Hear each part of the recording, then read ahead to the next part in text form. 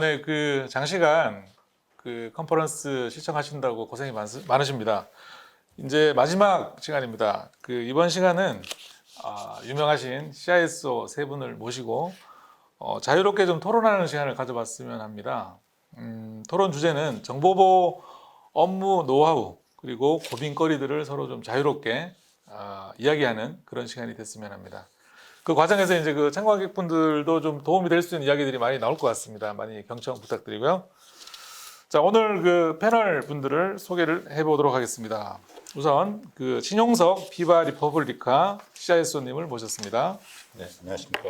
네. 그리고 이혁중 제주항공 CISO님. 안녕하세요. 네. 그다음에 최병훈 신세계 DF CISO님을 모셨습니다. 네, 반갑습니다. 이렇게 이제 안주 순서는 잘생긴 순서대로 지금 이제 자리 배치를 했습니다. 웃음이 한번 나와야 되는 거예요. 그러니까 진지하게 받아들이시니까. 네, 네. 참 이게 그러네요. 예. 일단 오늘 뭐 그 자유롭게 그 궁금하신 점들 있으시면 채팅창에 이제 댓글 올려주시면은 여기 계신 분들이 답변도 달아주실 것 같습니다. 많이 그 댓글 많이 달아주시고요. 자, 그러면은 한 분 한 분 제가 뭐 간단하게 지금 상황만 말씀드렸는데 소개 한번 좀 부탁드리겠습니다. 어떤 역사들을 가지고 계신지. 예. 그 네. 사모님부터. 네, 저는 아까 뭐 대표님께서 소개해 주신 대로 회사명은 비바 리퍼블릭하고 토스로 잘 알려져 있습니다. 토스 서비스 하고 있는 스타트업의 CISO 겸 CPO 맡고 있고요. 현재 회사에 조인한 지는 5년 정도 됐습니다. 네, 반갑습니다. 네네. 예전에 좀 넥슨에도 계셨고 그죠? 제 사수, 제 보스셨어요. 그렇습니까? 예. 그다음. 예. 저는 제주항공에서 지금 CISO를 하고 있고요. 재작년, 그죠? 19년 8월 달에 조인을 했는데, 조인하자마자 일본 사태 터지고, 그 코로나 사태 터지고 해서 되게 좀 우울한 상황이 있습니다. 어쨌든. 네. 예. 그렇게 있고, 어쨌든 지금 현재는 제주항공하고 약간 저희가 이제 애경 그룹이 모태가 되는데, 그룹 쪽 보안 업무를 잠깐 좀 봐주고 있는 그런 상황입니다. 예. 네. 끝나신 거예요? 네. 네, 반갑습니다. 신세계 DF 최병훈입니다. 코로나와 함께 신세계로 이동을 해서 지금 1년 한 3개월째 지금 열심히 일을 하고 있습니다. 정보보안 쪽 업무는 뭐 꾸준히 했지만 이전에는 이제 뭐 이커머스 쪽에서 한 13년 이상 하고 이제 온오프라인을 다 아우르는 정보보안 쪽의 업무를 다 진행을 하고 있고요. 아까 우리 저희 대표님 말씀하신 대로 이렇게 잘생긴 순으로 앉았는데 그 시작이 여기점부터 이렇게 시작이 되는 순이라서 많은 분들이 착오 없으시길 바랍니다. 그거는 네. 수긍할 수 없을 것 같은데. 말이 안 되네요. 자, 일단 그 뭐 토론이라기보다는 서로 좀 이야기를 좀 하는 시간을 가졌으면 합니다. 그래서 지난해부터 지금 그 우리 코로나19 팬데믹 때문에 많은 분들이 이제 고통을 겪고 계시고 뭐 그런 상황입니다. 근데 그 정보보호 업무에도 그 코로나 이전이랑 이유가 좀 달라졌을 것 같아요. 그래서 뭐 이렇게 좀 어떤 상황이 좀 달라진 건지 그 말씀 좀 해주시면 어떨까요? 순서는 없습니다. 자유롭게. 먼저 말씀을 좀 드리자면 일단 코로나가 발생하고 안 하고의 이제 그 기점으로 보면은 네. 이제 아무래도 이제 전체적으로 회사 분위기가 좀 많이 바뀐 걸 느낄 수 있습니다. 특히 이제 저희 같은 경우는 또 이제 면세점이다 보니까 그 이제 코로나 이후에는 이전에는 정말 매출이 좋다가 이제 코로나 이후에 이제 많이 떨어지니까 이제 회사 분위기가 전체적으로 좀 어두워지는 분위기도 있고 그러다 보니까 전체적으로 보안 활동 뭐 여러 가지 활동들이 좀 이렇게 위축되는 것들이 좀 있는데 뭐 올해 이제 좀 다시 많이 좀 좋아지고 있습니다. 그래서 좀 많이 활동을 하려고 좀 하고 있고 또 이제 그럼에도 불구하고 사실은 이제 회사에서도 많이 이제 인정을 해주는 분위기가 되는 거죠. 왜냐면 이제 없는데도 열심히 하고 있다. 이런 좋은 물론 이제 제가 열심히 하니까 또 인정을 해주고 있긴 한데 그런 분위기는 좀 많이 좀 이제 서서히 좀 살아나고 있는 것 같습니다. 할 일이 없는데 열심히 하는 그런 건 아니죠. 전 일은 많으신 거죠. 네, 아유 요즘 하루 종일 일만 합니다. 일만. 네. 밑에 직원이 되게 힘들겠어요. 네네. 그러면 예. 항공 쪽은 이게 좀 그러니까 제가 이제 게임회사 있다가 항공사를 거치면서 느끼는 게 뭐냐면 게임회사 같은 경우는 어떻게 좀 되게 플렉시블하다 그래야 되나요? 그리고 개개인이 어떤 격식이나 이런 것들이 되게 없었는데 항공사를 딱 보니까 이 격식이 다 보이기 시작하더라고요. 아, 격식이라는 게 어떤 걸 말씀하시는 거예요? 그러니까 이제 보이지 않는데 약간 뭐 사람들 대하는 데 있는 거라든지 왜 이런 거 있지 않습니까? 이제 제조업 회사의 특징, 그 일반 IT 회사의 특징, 물론 항공사가 그 제조업은 아닌데 물론 이제 처음에 제가 이 회사에서 딱 느꼈던 게 뭐냐면 항공사는 업종이 한 3개 정도 있구나. 왜냐하면 일반 그 행정 업무 뭐 저희도 비슷한데 오피스에서 일하는 사람들이 있고 그다음에 이제 정비 쪽을 가면 네. 거긴 거의 군대 분위기거든요. 그 비행기를 저걸 해야 되니까 그러다가 이제 기장이나 부기장 내지는 스튜어디스 쪽으로 가면 되게 분위기가 좋아요. 화장품 냄새 많이 나고 그러니까 야, 이 회사가 한 3-4개나 되는구나 이제 그 느낌을 받고 했는데 부서별로 이제 특색이 있다는 예, 거죠. 그 네. 특색이 저가 있죠. 근데 이제 어쨌든 그런 건데 전체적인 거는 좀 체계 되게 좀 위계 이런 것들이 좀 있더라고요. 그래서 처음 와서 했던 거는 이걸 좀 깨보자. 보안이라는 게 예전 전통적인 보안 비슷하게 있었어요. 뭐냐면 혹시 왜 안 해? 너 나쁜 놈이야? 뭐 이런 식의 자꾸 부르짖는 거라서 교육도 보면 약간 뭐 안 하면 못해 뭐 이런 식의 그런 것들 있잖아요. 되게 강압적으로 하는 거 이제 그런 걸 해서 게임사에서 했던 거 좀 보여주고 이렇게 해서 그렇게 바꾸려고 했다가 바로 이제 코로나 터졌네. 예산 삭감 뭐 이래서 지금 못 하고 있다가 네. 올해 지금 저희 바라보는 거는 올해 하반기 말쯤 보면 저거 할 것 같고 뭐 언론에 나오긴 하는데 저 이제 슬슬 국제선을 좀 띄우려고 하긴 하거든요. 저희가. 네. 그러니까 그게 바로 돈이 들지 안 들지 모르겠는데 그렇게 하면 조금씩 나아지지 않을까 싶은데 그렇게 되면 예산만 나오면 해야지 했던 것들 좀 차근차근 적어두고 있고요.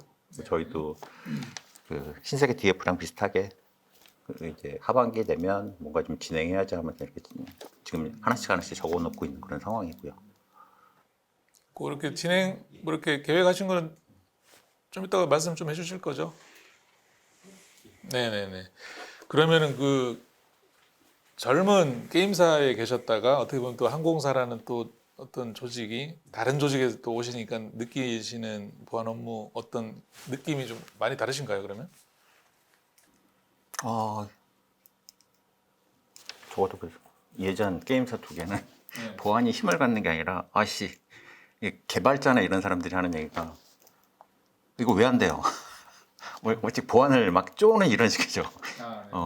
그래서 그렇게 해서 최대한 맞춰주려고 하는 저거 있는데 물론 이쪽도 뭐 그렇게 무조건 안 된다 이런 건 아니긴 한데 네. 그렇게 대하는 일반 직원들 대하는 거가 조금 이쪽이 좀 그 뭐라고 표현을 해야 되죠?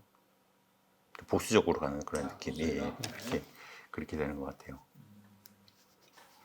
보수적이면 일단 보안 업무는 힘들다고 볼 수 있나요? 뭐 이렇게 아니 보안 자체는 편하죠. 그냥. 또 어떻게 보면 더 편할 수도 있을 것 그러니까, 같아요. 예. 근데 생각하기에는. 저는 그게 꼭 편하다는 아닌 것 같아요. 네. 그게 이제 보수적으로 하다 보면 이제 책임이라는 것들이 들어가고 뭔가 새로운 걸 해보기가 너무 어려워지는 거거든. 왜냐면 이제 새로운 걸 하는데 왜 우리 이전에 이런 게 안 했어? 우리 그냥 이대로 하면 돼. 근데 요 수준으로 머물리다 보면은 저는 개인적으로는 보수적인 것보다는 어느 정도 좀 약간 좀 진보적인 거, 네. 이렇게 도전의 의식을 좀 줄 수 있는. 이제 사실은 개발이든 IT든 뭐 전체 이렇게 발전하는 데 비해서 사실은 보안이 그걸 따라가든지 그보다 앞에 가 있어야 되는데 아무래도 좀 보수적인 생각이 많다 보면 못 따라가거든요. 그러면은 얘네들은 우리 비즈니스에 발목을 잡는 애들이야 이렇게 생각하는데 그래서 저는 조금 보수적인 것보다는 좀 진취적인 조직이 보완하기 좋다라고 생각을 하는 입장입니다. 그러면 우리 또 신상무님 말씀 한번 들어볼까요? 아니, 네. 뭐 일단 주제가 코로나인데요. 네. 사실 코로나 팬데믹 그 전과 후가 업무하는 데서 큰 변화는 그렇게 느끼지 못합니다. 저희는 코로나 이전에도 그 재택근무는 다 완전 자율로 진행하고 있었기 때문에 자율적인 재택이 지금 코로나로 인해서 좀 더 늘어났는지는 통계는 제가 보지 못했지만은 체감하는 거는 그렇게 많이 늘어나지는 않았습니다. 근데 이제 어쩔 수 없이 이제 강제적으로 확진자의 밀접 접촉자가 가족에 나왔다. 뭐 이러면 이제 강제로 2주 동안 집에서 근무를 해야 되는 환경도 있고 네. 같은 아파트에 그 확진자가 나오면은 또 저 같은 경우에도 1년 전에 그 네. 2주 동안 그 집에서 근무를 했었습니다. 근데 과로 때문에 쓰러질 뻔했습니다. 눈 뜨자마자 세수도 안 하고 네. 컴퓨터 켜서 일 시작하고 아, 잠잘 때까지 그래서 네, 네, 근무 시간이 확 늘어났던 적이 있어요. 아, 급여는 좀 제일 많으시잖아요. 급여는 많은 만큼 또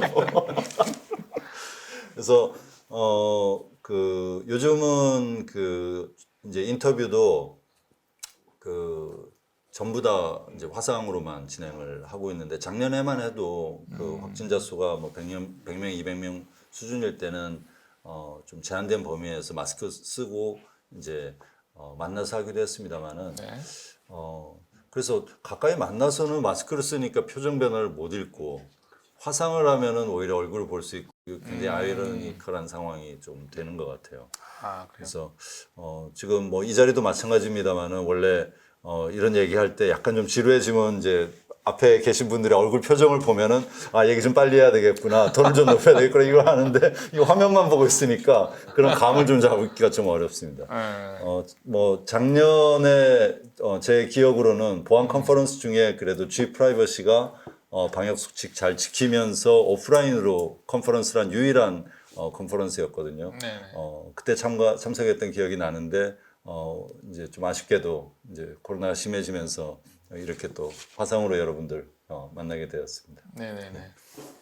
그러면 이제 토스 같은 경우는 뭐 예전이나 코로나 이후나 큰 뭐 변화는 없다는 말씀이신 거죠? 예, 실제 업무 환경에서 코로나 때문에 생긴 변화라기보다는 뭐 네. 회사가 매년 그 계속 성장하고 이제 최근에는 토스증권이 그 이제 영업을 개시했고 저희가 매년 한 2배 정도 커지고 있다고 보면 되거든요. 아, 그래서 네. 사람도 2배 되고 그만큼 보안 투자에도 노력을 많이 해야 되고 또 네, 사람들 이제 보안 교육도 많이 신경을 써야 되고 그런 가운데서 바쁘게 지내고 있습니다.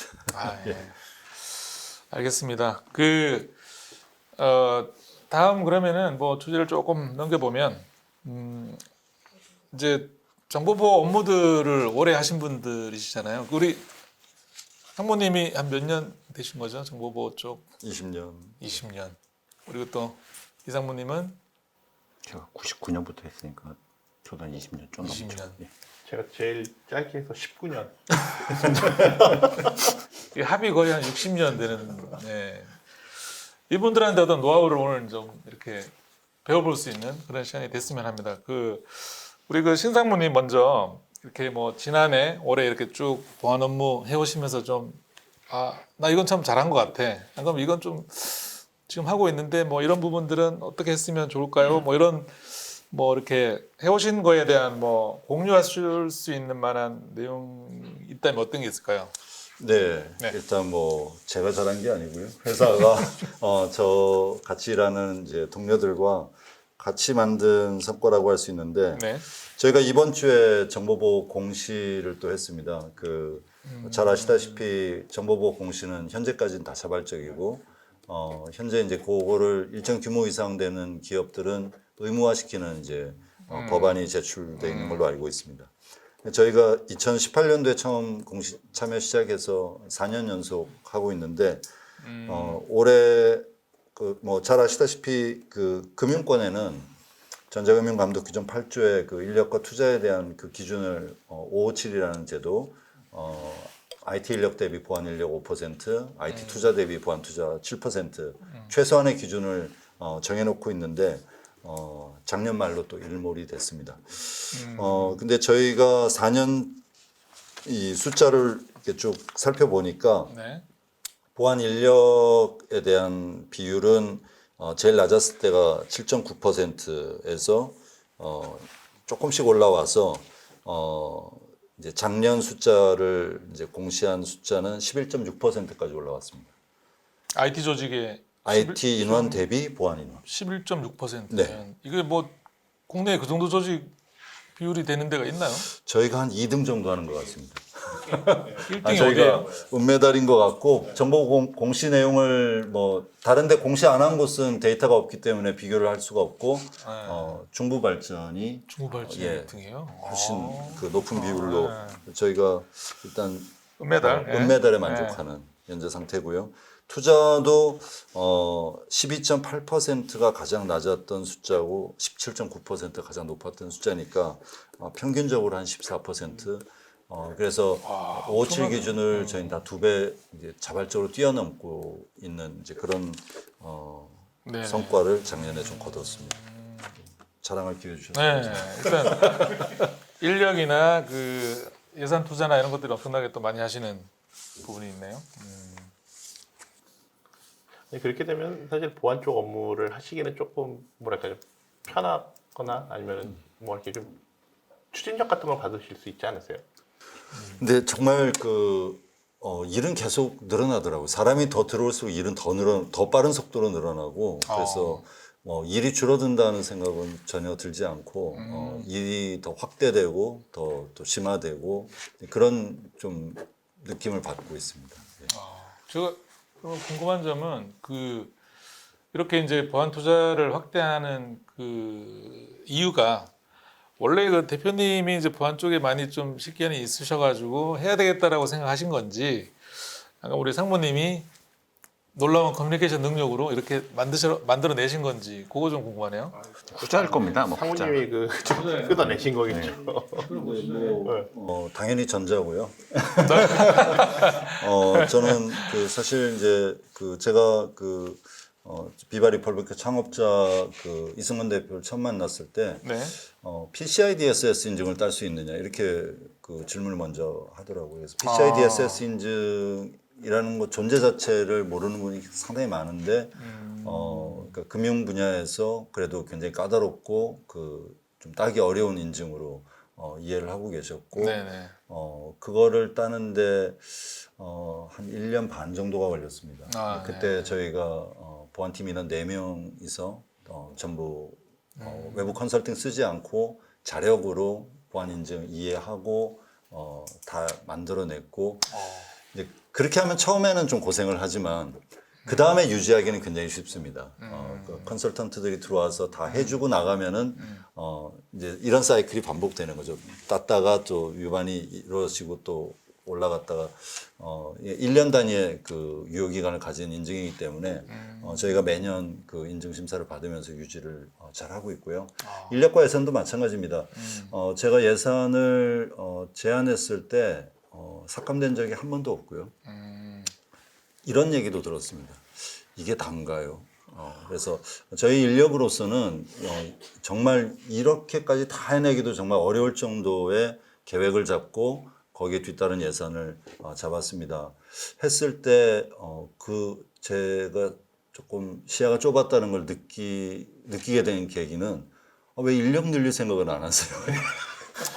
현재 인력 가지고는 이게 최선이지만 인력을 더 뽑아서 더 많은 일을 할 수 있어야 되지 않느냐 하는 문제제기를 듣고 반성도 좀 하고 이제 그랬습니다. 그래서 완전히 조직의 리더, 기업이라면 이제 대표이사, 그리고 공공 부분에서도 조직의 리더가 어떤 의지를 가지고 또 어떤 목표를 가지고 그냥 의무적인 것만 하는 것이 아니라 정말 남들보다 더 하겠다, 세계 최고가 되겠다 이런 목표를 가지고 이끌고 나가는 리더 역할이 굉장히 중요하다는 것을 느꼈습니다.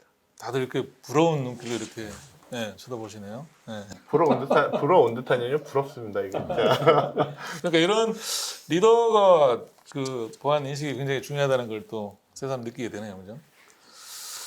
그러면은 우리 신 상무님은 이제 어떤 예산이나 인력에 대한 투자가 많이 이제 지난해 올해 많이 이제 확대됐다 이렇게 말씀하시는 거고, 그럼 우리 역중 상무님은 어떤 게 있을까요?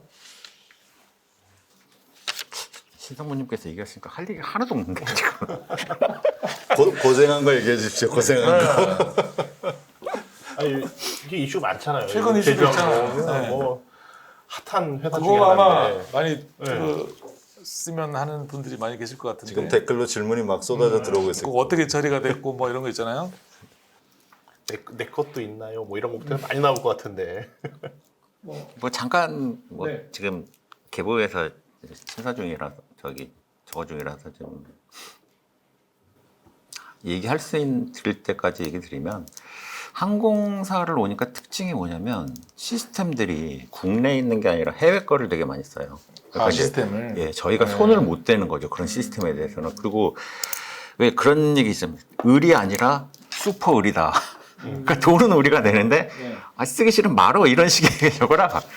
그래요? 쓰게 해줘서 고마워 뭐 이런 식으로 가야 되는 상황인데 네. 지금 요 케이스도 뭐냐면 저희가 이제 그 비행기 표를 예약을 하거나 이렇게 할 때 국내 시스템을 쓰는 게 아니라 이제 해외 시스템 씁니다. 원래 이제 국제선을 다 많이 쓰다 보니까 이제 네. 국제선 쓰면서 이제 국내선까지 같이 몰고 들어가는데 이게 전 세계적으로 한 5개 정도가 5개? 아, 4개에서 5개 정도 되나 봅니다. 근데 얘네들의 특징이 뭐냐면 자기네 나라의 컴플라이언스만 마치고 있어요. 네. 신사모님 말씀하신 PCI DSS를 카드를 저걸 하니까 그 발권 이런 거라니까 PCI DSS를 하고 그다음에 한국 쪽은 이제 아야타라고 있거든요. 이제 그 규정을 저걸 하고 얘네들 특히 뭐냐면 대한민국 법은 이래. 알았어 끝. 이거를 안 하는 거죠. 이번 케이스가 뭐였냐면 집에 퇴근하다가 갑자기 전화 와갖고 네. 이런 일이 났어. 일년 날벼락이. 예.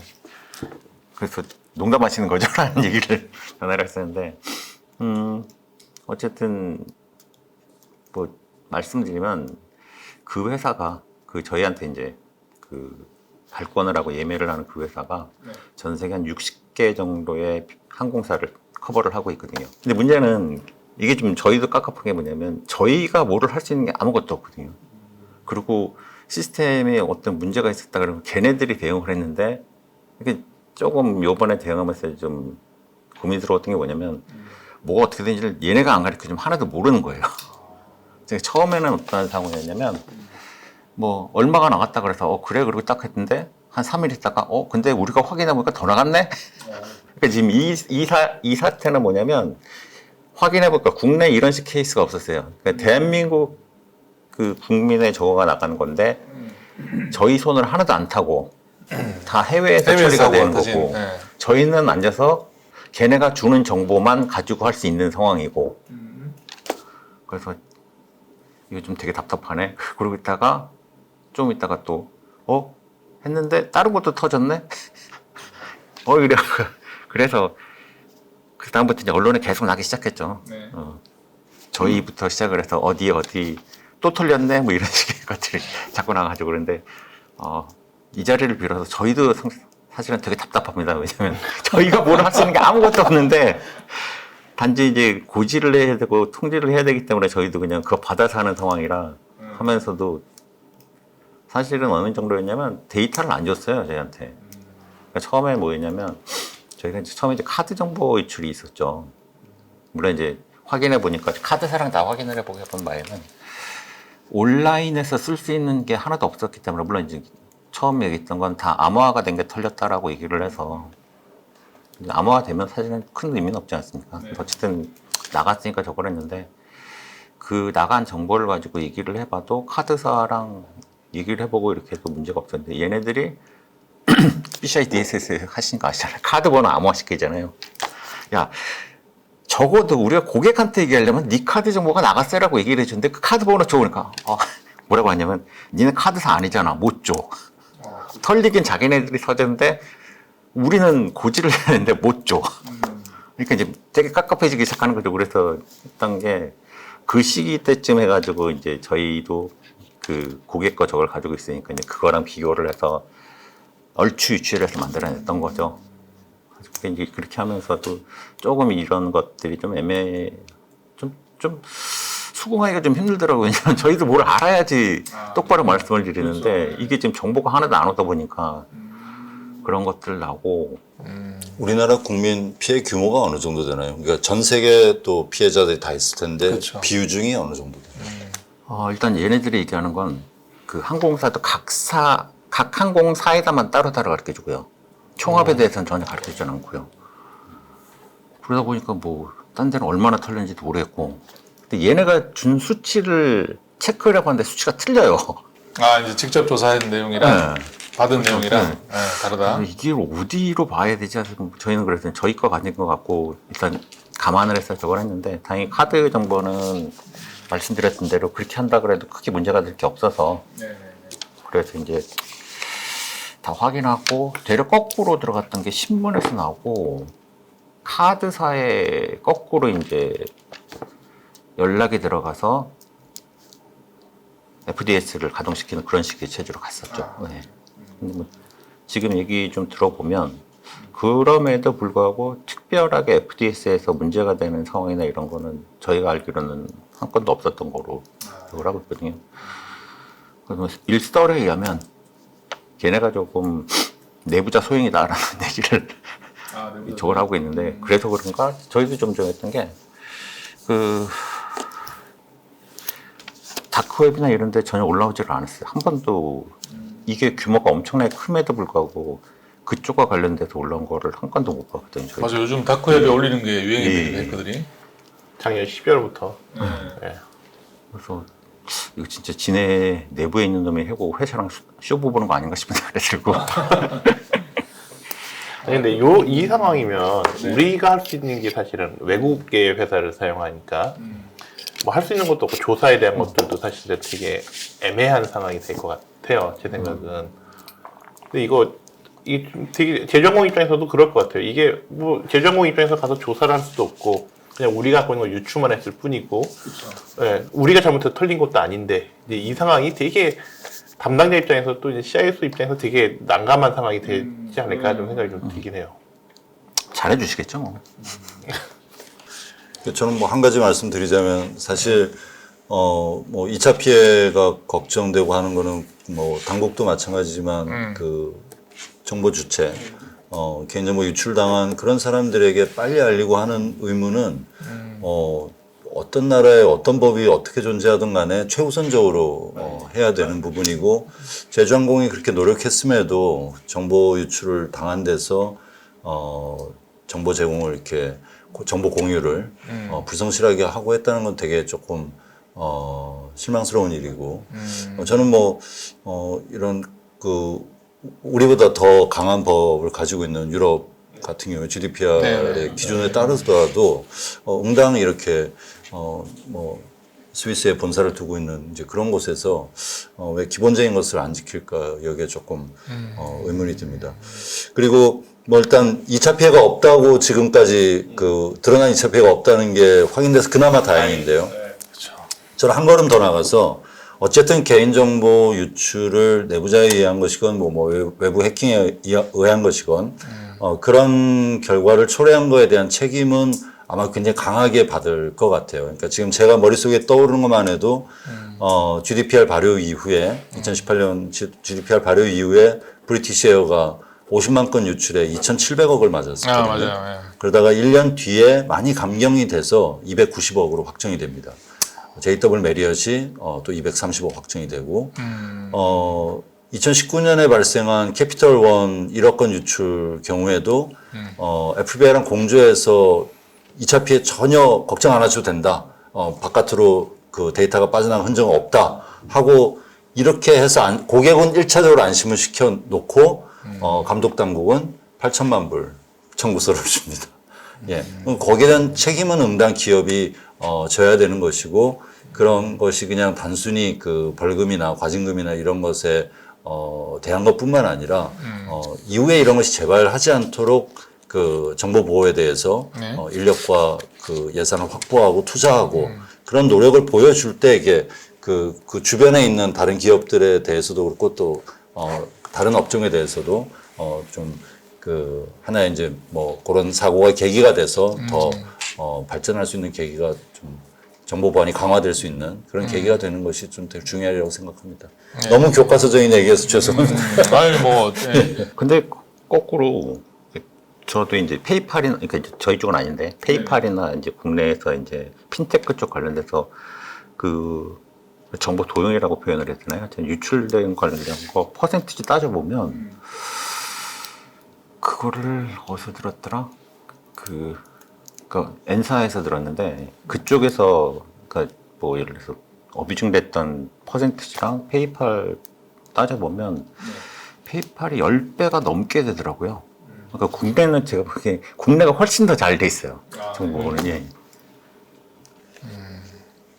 이 지금 뭐 사고 이야기가 나와서 말인데 그 보통 이제 보안하시는 분들은 대부분 그 압박감이 있잖아요. 사고에 대한 그 뭐 CPO든 CISO든 기분이 어떤가요? 일단 한번 그 이거 뭐 불가항력적인 뭐 여러 가지들이 많잖아요. 사실은 사고라는 게. 근데 뭐 이제 담당자 입장에서 굉장히 이제 걱정되는 부분도 되고 어떻게 좀 대응을 해야 되는지 뭐 이렇게 머리가 하얘질 수도 있고 뭐 그런 것 같아요. 그래서 사모님 이거 딱 들으시고 어떤 느낌이 제일 먼저 이렇게 드셨나요? 처음 했던 거는 이제 누가 했던 얘기가 기억나더라고요. 정보 보호를 하면 최소한 검찰 한 번은 갔다 와야 된다는 아 드디어 올 곳이 왔구나라는 생각이 처음에 딱 듣기 시작해요. 그 다음에는 이제 절차 따라가면서 이제 계속 저걸 했는데 사실 조금 안타까웠던 게 내가 회사 처음 올 때 직원들이나 이렇게 할 때 사고를 당해봤던 사람들을 네네. 케이스에 있는 사람들을 하는 뽀뽀나 이렇게 하면 절차나 이런 것들이 훨씬 낫을 건데 네네. 다 처음 나왔다 보니까 이제 물론 뭐 여기저기 물어가지고 이럴 땐 어떻게 해야 돼 저럴 때 예, 그렇게 하긴 했는데 그런 거 한 번 당해봤으면 이제 플로우를 알잖아요. 그래서 그런 거 조금 아쉽구나라는 생각을 좀 했었고 그 와중에 이제 쭉 하다 보니까 우리 잘못은 없는 건 확실하구나. 물론 이제 당국에서 이제 어떻게 그거를 해석할지는 잘 모르겠으나 일단 그러면 이제 좀 이게 이론하고 실제하고 다르기 때문에 사고가 났으면 우리가 어떤 프로세스를 밟아야 된다는 건 대부분 알고 계시는데 실제 상황이면 또 달라진다는 거죠, 그죠? 아무래도 네. 그래서 이제 좀 그 경험자분들한테 많이 도움을 이렇게 받는. 그렇죠. 여기저기 계속 전화했죠. 이럴 때 어떻게 해야 돼요? 사모님 사고를 그거 딱 어떻게 사고도 있지 않나 토스. 토스가 작년에 그 보도 나왔던 거는요. 그러니까 부정결제 8건에 그 900만 원 정도의 피해고 저희가 그걸 알게 된 직후에 바로 전액 보상을 다 해준 뒤에 며칠 뒤에 그 언론에 보도가 된 케이스입니다. 그래서 보상 뒤에 이제 그래서 뭐 오히려 제가 이제 겪었던 사고 경험은 이제 넥슨인데 아마도 뭐 역사상 그 최초이지 않을까 싶은데 첫 출근하는 날 해킹 사고가 터진 케이스거든요. 그래서 정확하게는 첫 출근 13시간 만에 터진 사고입니다. 그래서 정말 그런 사고가 터졌을 때는 저는 딱 한 가지의 목표가 있었습니다. 네. 우선 지금 다 잘 아시는 뭐 피해자에 대한 통지 의무나 뭐 이런 거는 뭐 너무나 당연한 것이고, 네. 다른 사람이 그 고민하지 않았던 부분에 한 가지에 집중했는데 두 번 털리는 일이 있으면 안 되겠다. 그러니까 지금 방어가 허술해서 해킹이 들어와서 네. 유출된 것이 확인됐는데 그 다음에 다시 들어오지 않는다는 보장이 없는 것이고, 자기들이 원하는 것을 못 찾았다고 했을 때는 또 들어와서 또 들고 나가는, 이런 첫 케이스는, 되지 말아야 된다 해서, 라꾸라꾸 침대에 자면서 정말 일주일은 뭐 보안팀 전원이 다 네. 필사적으로 이렇게, 노력했던 그런 기억이 납니다. 그래서, 사실 사고가, 일어났건 일어나지 않았건 그 보안 업무를 하시는 분들이 많은 분들이 고생하고 계시고 막기 위해서 최선의 노력을 다하고 있는데 정말 이 여러 가지 이유들로 인해서 그 어떤 해킹 사고가 일어났을 때 그냥 그 부분을 형사처벌하거나 그 부분에 어떤 과징금을 이렇게 그 하는 형태 말고 정말 어느 정도의 그 저는 아까 뭐 제가 우리 회사에서 노력한 결과물을 이렇게 말씀드렸지만은 제가 추측해 보건데 브리티시 에어가 새롭게 발효된 GDPR로 2,700억 벌금을 막 1차적으로 맞았지만은 290억으로 감경된 데는 뭔가 있었을 것 같아요. 얼마나 자기들이 노력했는지에 대한 소명이 만약에 전혀 설득력이 없었다면은 그냥 2,700억으로 갈 수도 있는 부분이고 이제 그런 것을 좀 종합적으로 고려해서 이 기업의 그 책임 부분을 물을 수 있는 구조를 우리도 조금 다른 데서의 경험들을 조금 흡수하면서 좀 짜내는 게 좋지 네네, 않을까 맞아요. 이렇게 조금 제안을 드려봅니다. 그래서 네네. 지금도 이제 개인정보보호법 개정안에 우리 과징금을 GDPR 수준까지는 아니지만 전체 매출액의 3% 네. 상한을 이렇게 하는 그 개정안이 올라간 것으로 아는데 네. 그런 상한을 높이는 것과 동시에 이런 기업의 노력들을 어떻게 조금 고려해서 그 좀 감경할 수 있는 그런 기준을 마련할 것인가 하는 부분들이 좀 중요한 과제가 아닐까 이렇게 생각합니다. 그럼 지금 뭐 그런 그 감경 기준이나 이런 것들은 아직 마련된 게 없나요?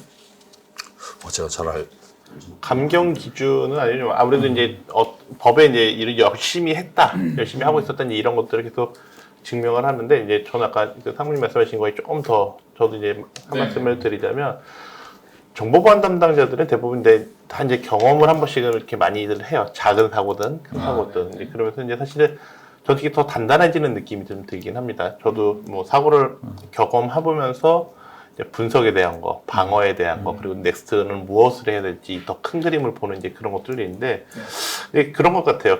이제 그런 일만의 노력들을 참 보안담당자들이 정말 열심히 합니다. 많이들 하고, 많이 고민들도 해요.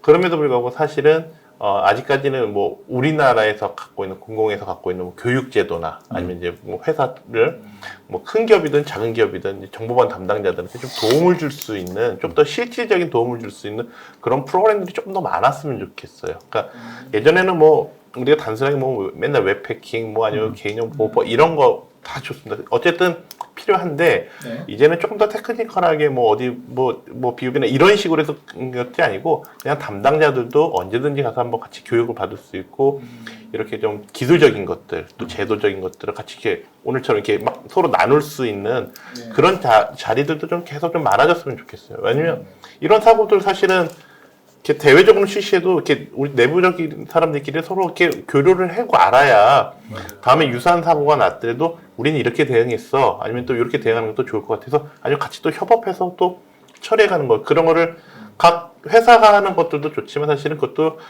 뭐 키사나 뭐 방통이나 뭐 과기부가 이런 데서 같이 하면 이쪽 기업들이 그렇게 그냥 놀고만 있거나 아니면 뭐 열심히 하는 게 아닌 그런 못 보는 게 아니고 같이 노력하고 있었구나. 그리고 같이 대응해 줄 수 있는 그런 게 돼야 조금 더 보안에 한 발자국 더 올라가지 않을까라는 좀 생각이 좀 들긴 합니다. 네. 그런 거에 대한 정보 공유가 좀 자유롭게 되고 또 대응할 수 있는 어떤 능력에 대한 C레벨뿐만 아니라 뭐 팀장급까지 다 좀 제대로 교육을 받을 수 있는 그런 체계들이 좀 잡혀야 된다는 말씀이신 거죠? 그런 문화가 돼야 되는 거죠. 문화가. 네. 100% 동의합니다. 그리고 지금 뭐 한국인터넷진흥원 기사가 이제 시타스 프로그램 같은 걸 통해서 이제 위협 정보들 기업에 제공하는 프로그램들은 뭐 저희도 참여하고 잘 활용하고 있고요. 이제 그런 그 위협 정보들을 많이 알면 알수록 더 방어의 효과는 높아질 거고 뭐 그거보다 더 해야 되겠습니다만은 근데 반가운 소식은 이제 뭐 국가사이버안전센터 뭐 이제 지금 이름을 국가사이버안보센터로 이제 바꾸고 이제 민간에도 그 보유하고 있는 그 사이버 위협 정보들을 이제 공유할 수 있는 프로그램들을 준비하는 것으로 알고 있습니다. 그리고 이제 금융보안원 같은 또 금융 분야의 조직들 이렇게 위협 정보들을 많이 보유하고 있는 곳에서 그 정보들을 그 민간 그 일선에서 방어 역할을 하고 있는 이런 수비수들에게 지속적으로 이렇게 제공하고 한다면은 훨씬 더 방어 능력이 높아지지 않을까 이렇게 생각을 하고요. 한 가지 더 말씀드릴 거는 이게 조금 다른 얘기일 수도 있는 것 같은데 지난달에 저희가 입주해 있는 그 건물에 정전이 나면서 굉장히 고생을 했거든요.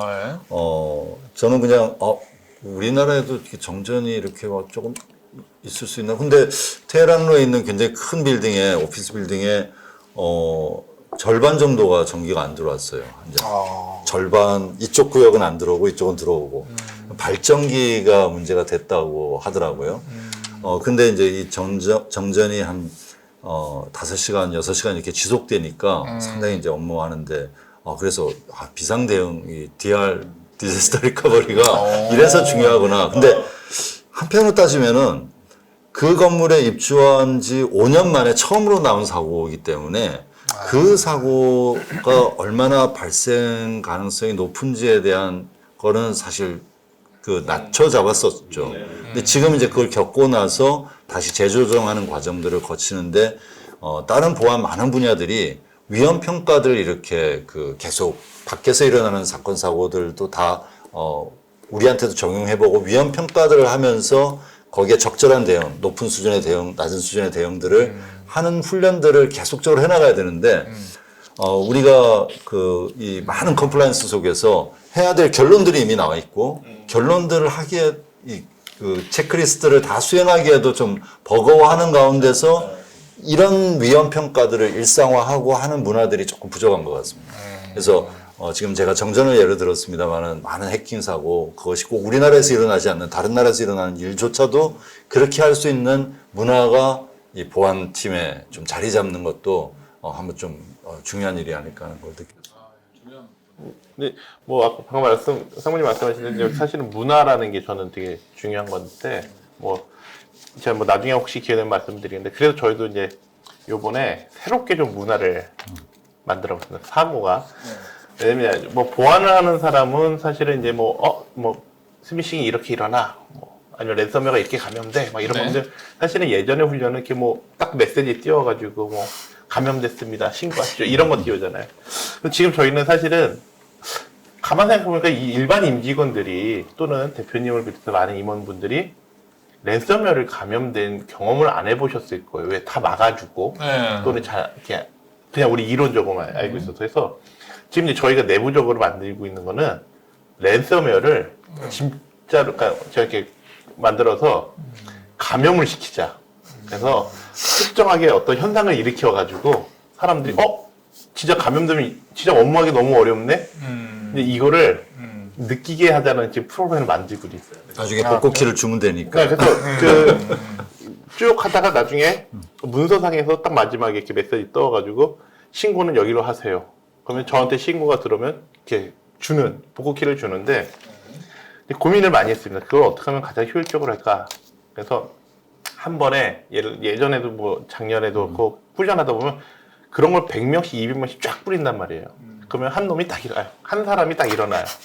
야 이거 걸렸어. 이거 랜섬웨어야. 열지 마, 다 지워. 이러면 사실은 우리가 봤을 때 인식률이 높은 것 같은데 실제적으로는 그렇지 않거든요. 그래서 한 번에 이렇게 뿌릴 때 10명 이내로 그냥 하나하나 이렇게 뿌리려고 지금 계획을 하고 있어요. 그러면 이제 나는 받았는데 옆에 사람은 못 받은 거죠. 그러니까 이게 감염이 됐는지 나만 받았는지 모르는 거예요. 그래서 근데 지금 뭐 현상도 계속 바꿔놓기 해서 지금 제가 이제 지금 프로그램 짜가지고 어느 날은 이런 현상, 어느 날은 이런 현상 이렇게 아주 실제적으로 본인들이 피부로 와닿게끔 해서 이제 이런 메일은 또는 이렇게 랜섬웨어 같은 의심되는 메일은 받지 않고 받았더라도 어떻게 조치해야 되는구나를 아예 자연스럽게 문화화 시키려고 지금 준비를 하고 있습니다. 그래서 근데 이제 좀 어찌 보면 이제 업무상 약간 좀 이렇게 부하를 줄 수는 있긴 하겠지만 그래도 어쨌든 보안 담당자 입장에서는 한 사람이 걸리면 다 걸릴 수도 있는 그리고 회사에 종표가 달려있는 일이 발생할 수도 있기 때문에 이런 것들은 한번 필요하겠다고 해서 이제 대표님한테 보고했더니 대표님이 되게 좋아하시더라고요. 새로운 방법으로. 그래서 지금 방금 전까지 오기 전까지도 지금 사실 프로그램 짜고 있고. 근데 저희만 하기 어려우니까 이제 또 일부 기업하고 또 같이 협업해서 기업하고 협업해서 이제 같이 하는 걸로 해가지고 지금은 아예 그걸 일상화 시키려고 하고 좀 그런 일상화 프로그램 만들려고 좀 하고 있습니다. 그 방법하고 툴하고 좀 전수를 부탁드립니다. 이런 저희가 공유- 사겠습니다. 공유가 좀 돼야 돼요. 참고로 제가 짠 거기 때문에 소스를 다 드릴 수는 있어요. 그럼 이제 그 테스트 대상은 일반 대표님이 임직원들, 대표님을 비롯해서 비롯해서 다 전체 일반 전 직원이 임직원입니다. 네. 랜덤으로 이렇게 네네. 한다는 거죠. 네. 토스는 뭐 랜섬웨어 관련해서 뭐 좀 대응 뭐 이렇게 프로세스가 있나요? 뭐 일단 그 기본적인 네. 그 위협 정보와 그 대비책들은 가지고 하고 있고 다행히도 아직 케이스는 없습니다. 예. 그리고 제가 자랑하고 싶은 거는 저희가 그 스팸 같은 거 이렇게 해서 피싱 그 대응 훈련을 하는데 가장 성적이 좋았을 때 1명 걸리고 그랬습니다. 그래서 전 직원, 어떨 때는 전 직원 대상으로 다 하는데 했는데. 2명 걸리기도 하고 그래서 굉장히 이제 그런 것은 이건 이 정도는 해야 된다 하는 생각을 다들 좀 갖고 있는 조건에서 일하고 있다는 게 조금 든든합니다. 전원 수비하는 거죠. 다르게 생각하면 교육이 잘 돼. 아니 저는 조금 다르게 볼 수 있는 게 신고가 한 건이든지 감염이 한 건이잖아요. 그러니까 나머지 사람들이 진짜 안 걸린 건지 어떤 방법을 또 이용을 해가지고 표시가 안 나게 한 건지. 네, 근데 이제 보통 뭐 잘 아시지만 뭐 클릭을 하거나 청파를 열면 바로 이렇게 그 로고가 남게끔 이렇게 구조가 돼 있기 때문에 그 결과물이 한 거. 그러니까 제가 아까 그래서 그 고민했던 게 그거예요. 한 사람이 일어나서 야 이건 위험한 메일이야. 네, 그 문제는 있습니다. 사실 그 문제는 그러면은 이건 훈련의 효과가 사실은 되게 줄어들거든요. 그 직원 어떻게 된 거예요? 따로 보안계 있고 1대1 개인 교수. 야, 그분 참 회사 서로 민망한. 회사마다 틀린 것 힘들겠는데? 같아요. 저 여기 올 때 제가 제주항공 와서 얘기 들은 것 중에 하나가 비슷하죠. 이메일을 통해서 이제 그 훈련을 했는데 이제 나중에 컴플레인이 심하게 들어왔다 그러더라고요. 그래서 왜 그러냐 했더니 이제 기장님인데 비행기 타기 전에 그냥 뭐 체크하다가 메일을 본 거예요. 뭐가 딱 떠니까 뭐지 비행을 해야 되는데 이분이 비행 끝나고 난 다음에 갖고 이제 복귀하고 와갖고 내가 그것 때문에 비행하면 얼마나 적었는지 아냐고.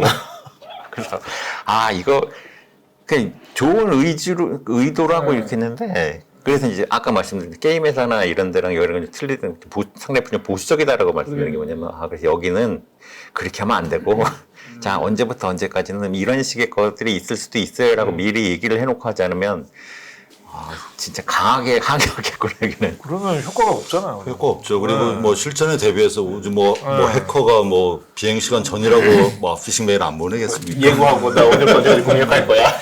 근데 저희가 그러니까 항공사는 다 그런 것 같아요. 저희가 지금 전체가 한 3,000명 정도 되는데 거기에 이제 책상이 없는 사람들이죠. 이제 기장, 부기장, 스튜어디스 쪽에 이제 운항 객실하고 운항 승무원이라고 말씀드렸는데 이분들 숫자가 거의 한 2,000명이 돼요. 그러니까 실제로 앉아서 맨날 사무 보는 사람은 그렇게 숫자가 많지가 않죠.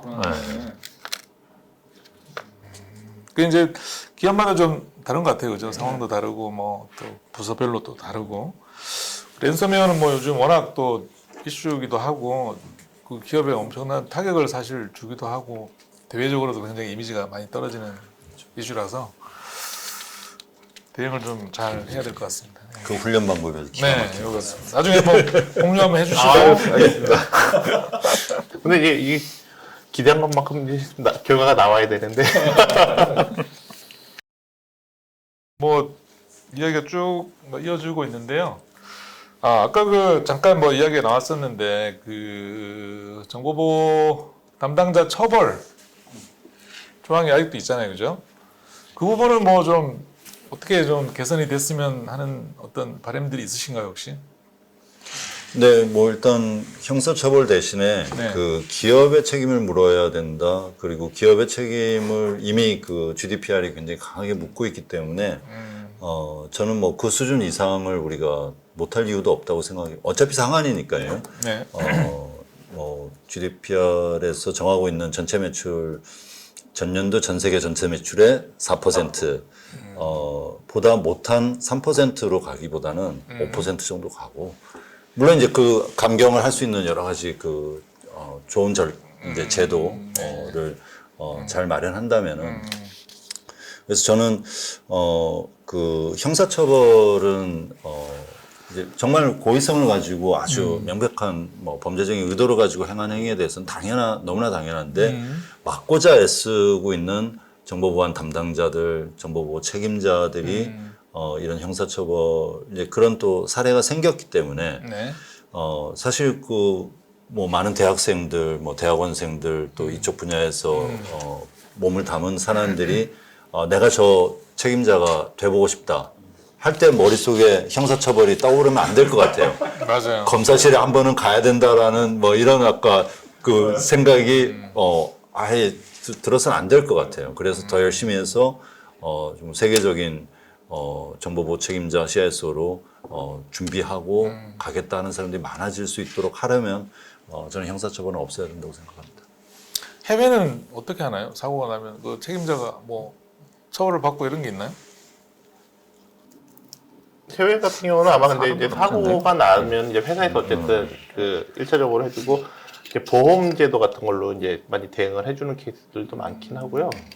제가 알기로는 그렇게 해주는 케이스인데 뭐 잠깐 다시 이제 국내 얘기를 먼저 잠깐 좀 드리자고 한다면 아까 말씀하신 거 연속으로 좀 말씀을 드리자면 네.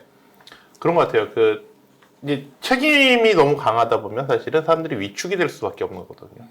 근데 우리가 지금 인터넷 시대 또 뭐 인공지능까지 넘어가 있는 시대에 네. 사고가 안 나게 하려면 사실 아무것도 쓰지 않으면 사고가 안 나요. 인터넷을 안 쓰면 되죠. 그렇죠. 근데 이미 사회는 앞에 있거든요. 근데 그거에 대한 사고를 꼭 한 사람한테 책임을 주다 보면 결론은 이 사람은 아무것도 안 하는 게 발전을 안 시키는 게 우리한테 사고가 안 난다라는 생각을 할 수밖에 없어요. 그렇게 되면 보안이라는 이 자체도 발전할 수가 없는 상황이 될 거고 그래서 저는 이제 아까 말씀하신 거대로 개인의 책임이 아니고 사실은 조직의 책임을 물어야 된다고 보는 이유가 개인은 열심히 일을 했고요. 그럼 그거에 대해서 회사가 어느 정도 지원을 정말로 최선을 다해서 지원을 해주었었냐 이제 이 상황부터 사실은 물어봐야 될 것 같아요. 정말 그 사람 회사에서 지원을 많이 해줬고 또 열심히 다 했어. 그럼 불강력적으로 사고 난 건 어쩔 수 없지만 본인이 그렇게 하려고는 아무도 그러지는 않잖아요. 회사에서도 사실은 문제가 생기면 회사에서도 어느 정도 책임을 물어야 되는 거고 그거에 대해서 개인이 아닌 뭐 기업 또는 조직 이런 형태로 좀 이렇게 넓게 봐야 보안이란 이 생태계도 좀 계속 발전해 나갈 수 있지 않을까라는 생각이 좀 많이 들긴 하고요. 물론 이제 거기에 따라서 보안 담당자가 또 많이 노력을 해야 되죠. 또 그만큼 또 많이 지원을 해줄 만큼 또 노력도 하고 또 그만큼 또 책임의식 갖고 또 열심히 해야 되는 거 또 그것도 반드시 필요할 거라고 저는 생각을 하고 있습니다. 네. 그리고 실제 제가 교육 자료에 많이 쓰는 그 사례가 독일 통신사에서 그 이혼한 배우자에게 전화번호를 넘겼다는 이유로 124억 벌금을 맞거든요.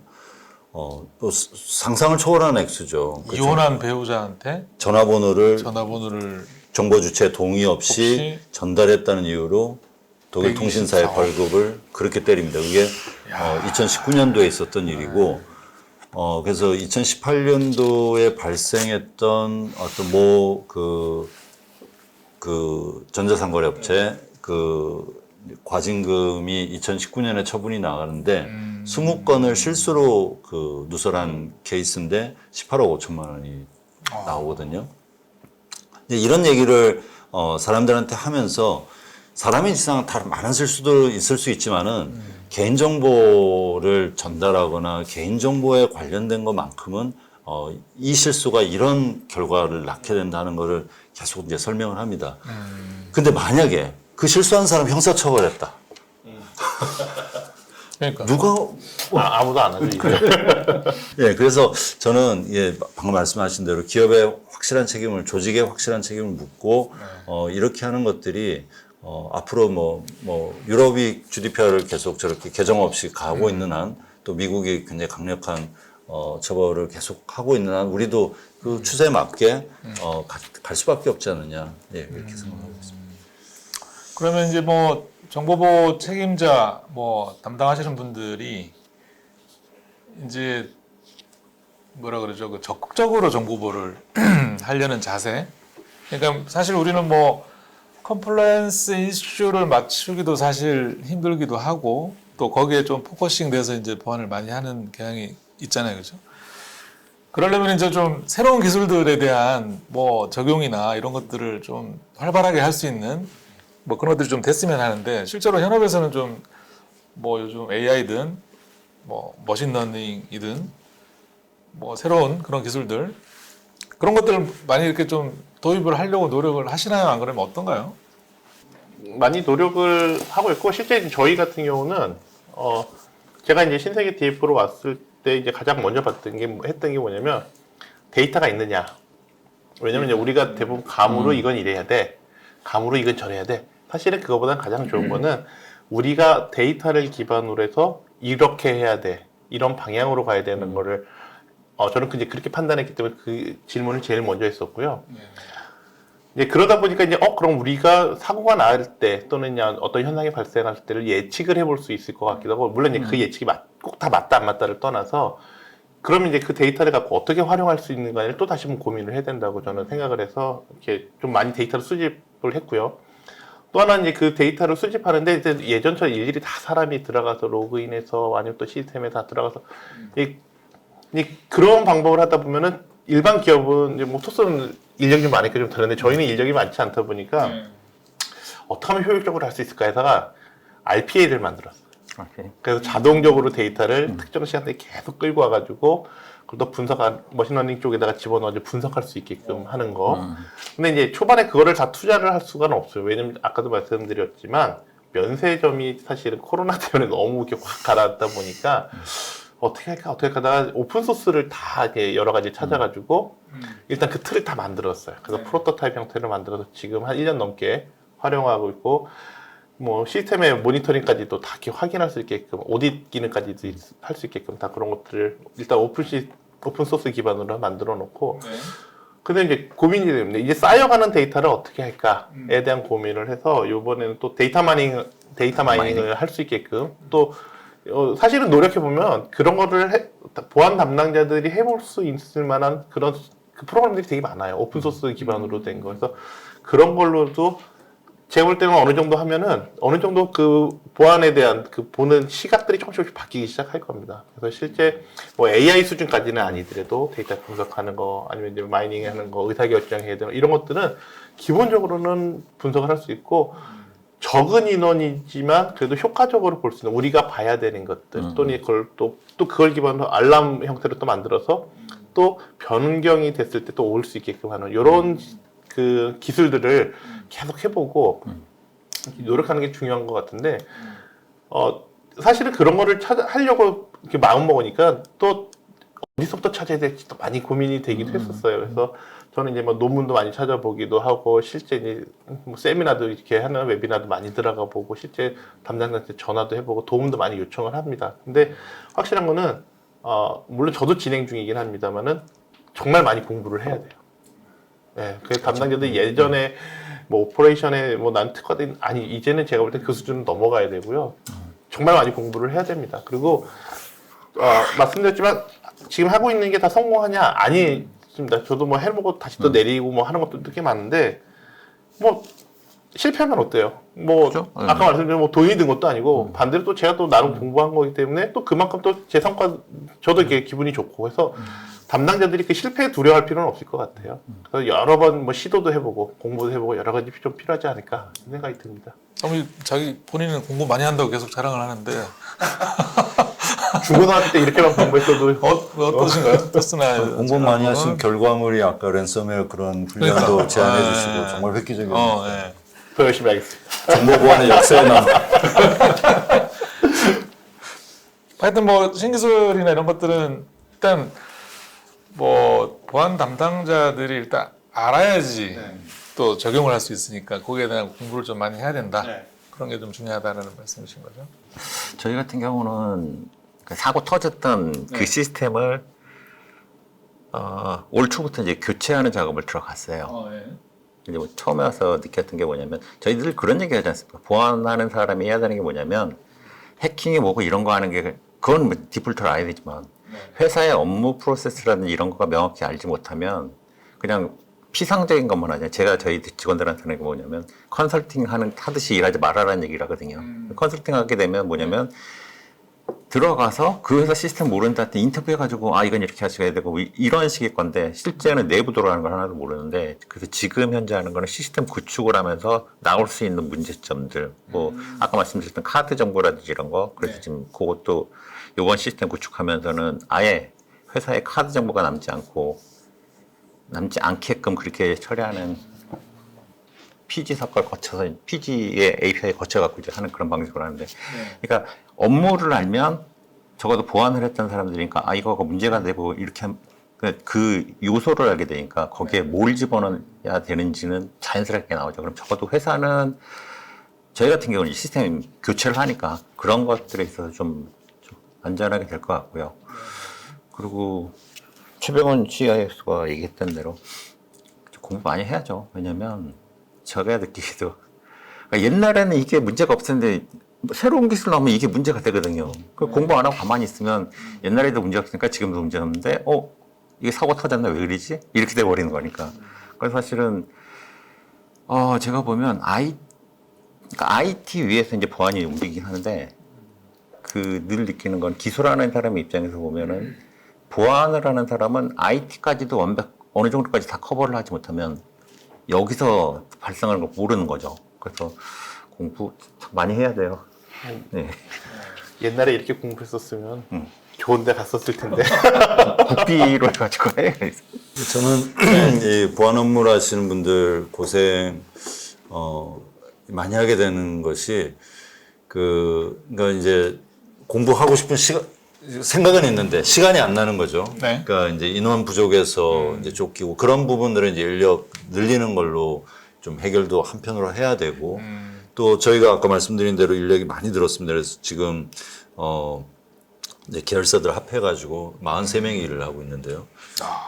그렇게 인원이 많으면서도 제일 어려운 게 이렇게 새로운 공부를 하고 신기술에 대해서 이 부분에 시간 투자를 많이 못 합니다. 왜냐면은 다들 마찬가지시겠습니다만은 뭐 보안 시스템들을 자체 개발하기보다는 이제 사서 도입해서 쓰는데 이게 안정화가 되질 않습니다.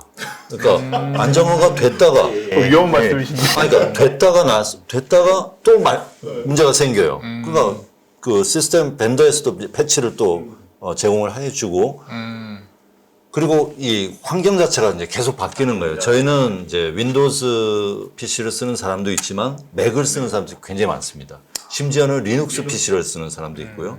그러니까 이 클라이언트들 단말기들을 저희는 다 서포트 한다라고 이제 출발하고 보니까 안정화됐다가는 또 OS가 업그레이드 되면서 또 문제가 다시 새로 시작되고 여기에 1년 내내 이렇게 굉장히 힘겨워하고 스트레스를 많이 받아 하는 게 우리 보안 담당자들의 좀 가진 가장 고충인 것 같아요. 고충. 그래서 답은 인력을 많이 늘릴 수밖에 없는 것 같습니다. 이게 인력을 많이 늘리면 뭐 이전 회사들 그렇게 했는데 생각지 못한 것들을 사람이 여럿이 있으니까 새로운 아이디어가 떠올라요. 그러니까 사람이 많다라는 거는 단순히 이 사람이 투입할 수 있는 시간이 많이 늘어난다 그런 의미가 아니라 서로 다른 생각들을 자꾸 아이디어를 내니까 그리고 말씀하신 새로운 기술이나 이런 거 제도적으로 저걸 하다 보니까 뭐가 되냐면 자체 스터디를 하거든요. 그러니까 이제 자기네들이 앉아서 스터디해서 뭔가를 저걸 하고 예전엔 이렇게 하더니 뭐 만들었어요 라고 했는데 야, 이거는 돈 주고 외국에서 돈 주고 샀으면 몇억 원 들었을 것 같은데 라는 느낌이 드는 그런 것들. 그 정도로 이제 퀄리티 높게 나온다는 말씀이죠. 그죠. 그러니까 그 친구들도 보안을 하는 친구들도 그러면서 스킬이 올라가는 거죠. 그래서 인원 많은 건 되게 부러운 것 같아요. 근데 그런 것도 CISO가 다 아니야. 그것도 아니잖아요, 사실은. 그래서 이제 같이 있는 구성원에 있는 친구들하고도 막 얘기를 되게 많이 하면은 사실은 반대로 그러면서 또 많이 배워요. 이렇게도 생각할 수 있구나. 또 이렇게도 저도 아까 제가 이렇게 한다고 말씀을 드렸지만 사실은 구현은 또 저 밑에 있는 친구가 또 많이 하거든요. 그러면서도 이제 같이 얘기를 주면 또 저도 또 이렇게도 할 수 있겠구나. 또 많이 저도 또 나름 또 그게 또 공부가 되는 그런 것들도 사실 공부가 되는 거고 그런 하나하나 또 배워가는 것 같아요. 그게. CISO가 정보 보안 그리고 개인정보 보호에 중요한 역할을 하기 때문에 정말 도전해 볼 만한데 형사처벌만 빼고. 진짜 그건 빨리 좀 없애주세요. 네. 그리고 아까 이제 토스는 이제 인력들 많이 지금 이제 충원도 하시고 그러는데 지금 이제 젊은 친구들 그러니까 이제 토스로 님문화죠. 네. 제주항공은 문화 비슷하게 하고 있어요. 저희는 파트너. 파트너. 네. 그러니까 예전에 우리가 알고 있던 누구님, 상무님, 과장님, 대리님 이런 지금 조직 문화들이 많이 좀 바뀌고 있는 것 같아요, 그죠? 수평조직화 돼 있죠, 거의. 그런 상황에서 이제 예전에 보안을 하셨던 분들은 적응 못하겠다라는 이야기도 많고 속 터진다 이런 분도 있고 이런 게 올라온다 이런 분도 있고 이제 그런데 그런 걸 어떻게 좀 조율을 하시는 뭐 노하우들이 좀 있으신가요? 불편함이 없으시면 뭐 어쩔 수 없는데. 그러니까 속 터지는 거는 이제 비효율성 말씀하시는 거죠. 아니, 이제 뭐 그죠 예전에 덤벼들고 이런 거 말씀하시는 할 것 때는 같아요. 안 하는데 안 이랬는데 뭐 이런 또 있을 것 같은데 조직 문화를 어떻게 좀 이렇게 젊은 분들하고 또 이렇게 해서 잘 조화롭게 할 수 있는 뭐 노하우들이 좀 있을까요? 예, 저희는 사실 굉장히 정말 수평적인 걸 지향하고 오랫동안 계속 유지하고 또 더 발전시키려고 노력을 하고 있기 때문에 저는 그 장점이 굉장히 있다고 생각합니다. 이제 첫째는 정말 열의가 높고 하지만 이제 경험은 좀 부족하고 그러면 이제 수직적인 구조 속에서는 뭐 대리 뭐 이런 급으로 일을 해야 되는 친구가 수평적인 구조 저희 같은 구조에서는 이건 제가 맡을게요 그러면은 의사 결정권자가 될 수 있습니다. 그 부분만큼은 그 역할에 대해서는 자기가 다 의견들을 모으고 말하자면 CIS 역할 중에 일부를 위임받아서 그냥 처리하는 거죠. 그런 역할이 보안 쪽에서도 그렇지만 또 다른 IT 분야 또 다른 많은 분야에서 또 네네. 곳곳에서 있기 때문에 각자가 하는 일에 자긍심이 굉장히 높아집니다. 내가 적어도 이 일만큼은 내가 책임지고 처음부터 끝까지 내가 결정도 할 수 있는 게 있어. 이제 반면에 그 경력이 굉장히 많고 과거 다른 수직적인 구조에서 네네. 높은 이제 위치에 있었던 경우에 부담을 많이 덜어낼 수가 있습니다. 모든 거를 다 보고를 받고 결정을 해야 되는 것이 아니라 할 수 있는 것이라고 판단되면 많은 사람들에게 그거를 결정권까지 위임을 해놓고 네. 정말 중요한 부분에 포커스를 가지고 또 일을 할 수 있고 그런 수평적인 구조 문화가 저희는 좀 많이 정착돼 있다고 생각을 해서 속 터지는 사람은 못 봤어요. 아, 그래요? 그리고 이게 되게 빠릅니다. 의사결정이 굉장히 빠릅니다. 뭐 부정적인 점보다는 긍정적인 면이 많다라는 말씀이신 거고. 네. 근데 저는 그게 약간 언론에 좀 뭐랄까 좀 조심스러운 얘기인데 사실은 저도 이제 신생이 오기 전에 CJ에서도 10여 년 있었을 때 CJ는 또 님 문화예요. 네. 그러니까 뭐 회장님한테도 이제 성함으로 님, 대표님한테도 성함으로 님 이런 식인데 되게 익숙해요. 익숙한데 많은 분들이 이제 그렇게 좀 오해를 하시는 게 님 문화 또는 이제 뭐 파트 이런 수평적 문화가 마치 갓 들어온 친구들이 위에 자기보다 훨씬 선배들한테 막 대하는 것 같이 막 계속 이런 식으로 자꾸 표현이 돼서 그런데 그렇지 않아. 아까 사모님 말씀하신 대로 되게 장점도 되게 많아요. 아까 말씀하신 뭐 의사결정에 대한 문제, 일에 대한 속도의 문제 이런 것도 되게 좋고 또 다른 한편으로 보면 그렇게 들어온 친구들이 또 그렇게 조직을 완전히 무시하고 생각하는 친구들이 또 많지는 않아요. 또 그러면서도 또 다 서로 또 존중해주고 또 다 존중해주고 그래서 저도 나름대로 이 수평 문화는 되게 괜찮은 문화라고 좀 하고 있습니다. 물론 개 중에 한두 명이 개념 없이 이제 그렇게 하는 친구들 때문에 이제 계속 이렇게 비춰지긴 하는데 말씀하신 거대로 어떤 의사결정에 대한 것들 또는 이제 도전하는 것들 이런 것들도 많이 해볼 수도 있고 또 그 친구들도 이렇게 보이지 않게 또 의존하는 것들도 많아요. 그래서 또 인생 선배로서 또 이렇게 많이 해주는 것들도 있고 이게 저희도 도와주려고 노력하는 것들도 있고 그래서 이 수평 문화 저는 되게 긍정적으로 지금 보고 있습니다. 이쪽은 수평 문화가 맞는 것 같아요. 네. 그러니까 제가 이제 이전 회사에서 무슨 일이 있었냐면 그때도 이제 실장을 하고 있었죠. 한 40명 저걸 했는데 딱 신입사원이 들어왔는데요. 갑자기 저한테 혁중님 그래도 가만 있어봐. 작년까지 대학교 다니게 되는 친구인데 근데 어쨌든 저거 했는데 그때 느낀 게 아직도 내가 고루하구나. 근데 이제 버리니까 편하긴 해요.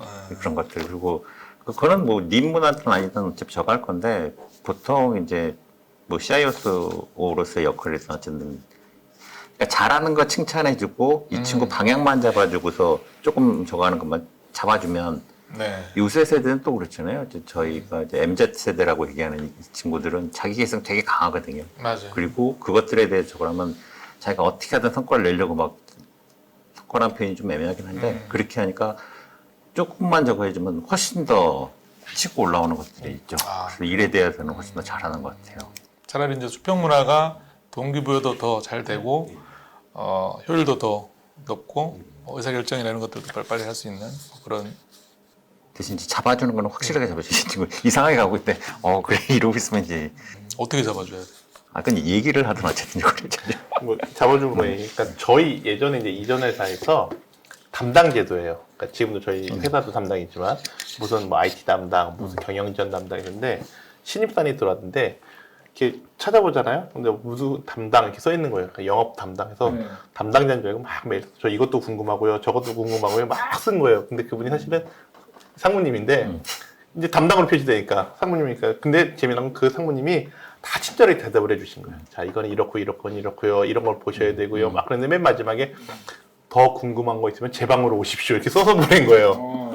근데 이 친구가 정말로 다 읽은 그거에 너무 감동을 받은 것 같아요. 왜냐면 이제 대부분 그냥 전화해서 야 저기 누가 저기 누구 팀장한테 시켜가지고 이제 대답해주고 하는데 손수 다 답을 다 달아주시고 올라오게끔 해가지고 이제 커피 한 잔 이렇게 주면서 또 다 설명을 해주니까 이 친구의 로열티가 엄청나게 높아지는. 우리 회사 상무님들은 이 정도까지 해주셔라는 로열티가 생기고, 그러니까 이 친구가 되게 회사에 열심히 일을 하더라고요. 그래서 그런 거 보면은 되게 괜찮은 것 같아요. 님 문화들도.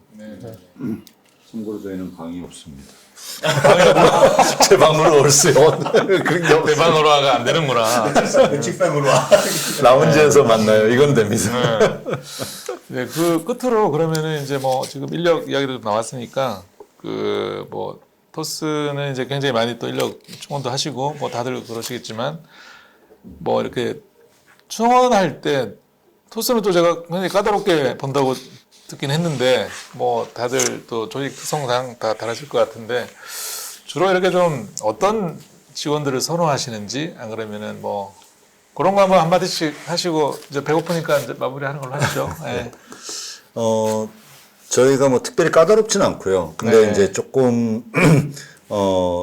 일반적으로 굉장히 열정이 있고 또 목표가 높은 사람을 또 선호하고 그리고 아직 뭐 규모는 커졌습니다만 스타트업의 그 문화가 있기 때문에 좀 경력자 위주로 이렇게 조금 경험 많아서 바로 일을 할 수 있는 사람들 찾기도 찾습니다. 근데 이제 최근에 이제 보안팀 안에서도 전혀 경험이 없는 사람도 이제 받기 시작했고요. 이제 앞서 그 열의와 열정, 높은 목표만 가지고 있다면 어떤 분이 그 자기는 목표가 20년 후에 CISO가 되는 거라 그래서 만약에 이 기간을 10년으로 고쳐준다면은 오셔도 좋다 이렇게 제가 너무 20년 너무 길지 않습니까? 그죠? 너무 길죠. 예. 그래서 그 저희가 한 가지 보는 거는 이제 커뮤니케이션 능력입니다. 그러니까 특히 제가 보는 거는 커뮤니케이션 능력인데 저는 커뮤니케이션에는 테크닉보다도 그 마음이 중요하다고 생각해요.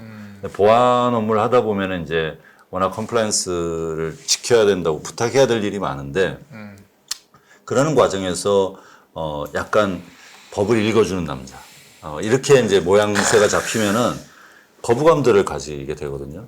그래서 차라리 약간 테크닉이기도 한데 법을 욕부터 시작합니다.